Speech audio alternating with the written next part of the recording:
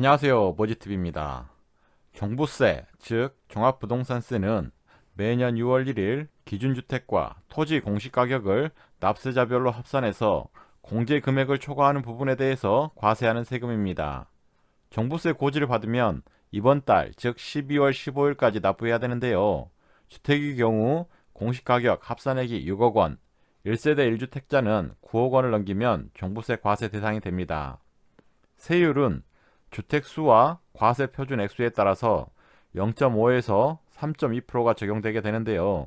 문제는 대상과 금액 모두가 올해도 역대 최대로 부과되었는데 내년에는 더 큰 폭으로 증가한다는 것입니다. 최근 부동산에 관심 이야기거리 중에서 가장 많은 대화 주제로 오르내리고 있는 키워드가 바로 종부세, 즉 종합부동산세입니다. 올해 종부세 납부 고지를 받은 사람이 74만 4천 명으로 작년보다 14만 9천 명, 즉 25%가 증가한 것으로 나타났습니다. 무려 고지세액이 작년보다 27.5%가 더 늘은 4조 2,687억 원인데요. 그동안 많은 부동산 카페와 기관들에서 올해 종부세액을 3조 5천억 수준으로 예상했는데 시장 예상치를 훌쩍 뛰어넘은 금액인 겁니다. 하물며 고지 인원 및 고지 세액 역시 모두 역대 최대 규모로 알려졌는데요. 주택분 종부세 납부 고지를 받은 사람은 작년 52만 명에서 올해 66만 7천 명으로 28.3% 많아졌다고 정부는 발표했습니다.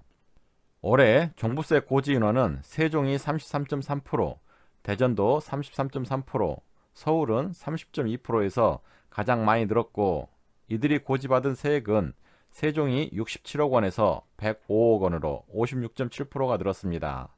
그리고 우리가 살고 있는 대전은 1,038억 원에서 1,335억 원으로 28.6%가 증가했습니다. 이렇게 올해 종부세가 급증한 이유는 정부가 공시가를 현실화하겠다는 방침에 따라 공시가를 매년 큰 폭으로 올렸기 때문으로 알려졌는데요. 다가오는 2021년에는 개인과 법인의 주택분 세율을 인상하고 또 조정대상 지역 2주택의 세부담 상한을 200%에서 300%로 올릴 계획이며 법인 주택분의 세부담 상한을 폐지해서 결국 종부세는 더 큰 폭으로 오를 전망입니다. 그래서 어느 때보다도 똘똘한 한 채가 더 절실해졌습니다. 흔히들 똘똘한 한 채가 무엇이냐고 물어보는 경우가 종종 있는데요. 제가 생각했을 때 똘똘한 한 채는 브랜드에 의해서 좌우된다고 생각합니다. 부동산 114에 따르면 지난 1월부터 10월까지 전국에 공급된 아파트 가운데 1순위 청약 통장이 가장 많이 몰린 상위 10개 단지 중 9곳이 이른바 10대 건설사 브랜드로 조사되었습니다. 올해 진행된 청약 결과를 보더라도 시공 능력 평가에서 상위권인 건설사의 아파트 경쟁률이 아주 눈에 띄게 높다는 것을 알 수 있었는데요. 20일 부동산업계에 따르면 지난 7월 국토교통부가 발표한 2020년 시공능력평가 상위 10대 건설사가 삼성물산, 현대건설, 대림산업, GS건설, 포스코건설, 대우건설, 현대엔지니어링, 롯데건설, HDC 현대산업개발, SK건설로 조사되었습니다. 오늘 말씀드리고자 하는 용문 1239역은 포스코건설과 계룡건설이 시공을 할 예정입니다. 말씀드린 대로 포스코건설과 계룡건설은 2020년 시공능력 평가에서 상위 성적을 랭킹한 건설사들입니다. 이 두 건설사가 컨소시엄으로 맡게 될 용문 1239역이 왜 가장 똘똘한 한 채가 될지 지금부터 설명드려 보도록 하겠습니다. 그 이유는 바로 향후 대전에서 이루어질 재개발 단지들 중에서 가장 큰 규모로 개발되기 때문입니다. 이곳은 오래전부터 대규모 개발로 워낙 소문이 많이 나 있어서 재개발에 관심이 있으신 분들은 이미 많은 정보를 가지고 계실 겁니다. 이렇게 모두의 관심사가 되었을 만큼 지금도 프리미엄이 어마어마하게 형성되고 있는데요. 얼마 전 제가 가장 재개발 예정지 중에서 가장 분석을 원하는 곳이 어디인가요? 라는 설문을 조사했었는데요. 숭어리샘을 제치고 많은 사람들이 원했던 곳이기도 합니다. 바로 둔산권에 가까운 곳에 위치해 있다는 특수성이 많은 투자자와 실수요자들에게 관심을 받는 것 같습니다. 그리고 아파트는 대단지여야 한다라는 생각에 부응해서 총 3개 단지 23개 동으로 개발이 이루어진다는 것도 큰 장점으로 작용을 하는 것 같습니다. 또 인근에 입주를 마친 탐방동, 둔산 이편한 세상이 도로 하나를 두고 바로 인접해 있는데요.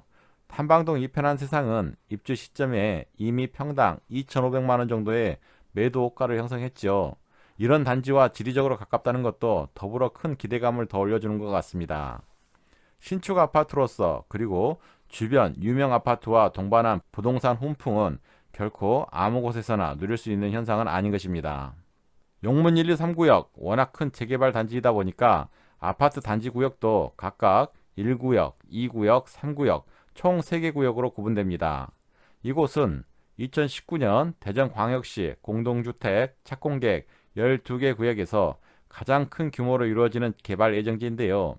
유성구 복령동에 개발될 도안 2-1구역 2,500세대보다도 무려 263세대나 더 큰 규모를 자랑합니다. 지금도 수많은 사람들이 왜 그렇게 뜨거운 관심을 가지고 있는지 이해가 되고도 남습니다. 현재 용문 1, 2, 3구역은 2019년 3월부터 이주가 시작되어 철거가 한창 진행 중에 있습니다. 분양은 코로나 변수로 아직 확정 발표되진 않았지만 2021년 상반기 곧 3월에서 4월쯤으로 예상됩니다. 총 3개 단지 23개 동으로 건설되는데요. 각각의 평형은 48제곱미터, 59제곱미터, 72제곱미터, 84제곱미터, 99제곱미터로 주로 중소형 평형대로 디자인된 것을 확인할 수가 있습니다. 평형별 세대수가 48제곱미터는 94세대, 59제곱미터는 197세대, 72제곱미터는 276세대, 84제곱미터는 2035세대, 99제곱미터는 104세대로 국민 평형인 84제곱미터가 60% 이상을 차지합니다. 84제곱미터는 더 세분화되어서 A형이 1170세대, B형이 609세대, C형이 135세대, D형이 121세대로 각각 특징과 장점을 차별화하였습니다. 이처럼 84제곱미터 평형을 다양화시킨 이유가 분명히 있었을 텐데요. 그 이유를 찾아보니 각 타입별로 특장점을 나름대로 가지고 있었습니다. 우선 A형을 동일 평형에서 가장 많이 분배했는데요. 이는 A형을 대중화하고 인기 타입으로 차별화하고자 하는 의도가 보입니다. 이런 조치는 향후 가격 형성 부분에서 가장 많은 세대수를 가진 타입 위주로 형성된다고 가정한다면 아마도 84제곱미터 평형 중에서 A형이 주도할 것으로 보입니다. 물론 분양할 때도 굉장히 센 경쟁률을 보일 것 같습니다. 84제곱미터 B형은 천변 조망을 대고 확보하여 천변 조망을 원하는 모든 세대들이 가장 선호할 타입으로 디자인되었습니다. 건물을 타워 형태로 건설하고 배치해서 안방과 거실에서 천변 조망이 가능한 유일한 타입입니다. 나머지 C형과 D형도 나름대로 장점을 가지고 건설되었지만 아마도 가격 형성 부분에서는 A형과 B형이 서로 엎치락뒤치락 하지 않을까 예상됩니다. 교통은 주변의 지하철 1호선 용문역이 위치해서 1단지와 3단지는 도보로 5분 거리 위치해서 접근성이 아주 좋겠습니다.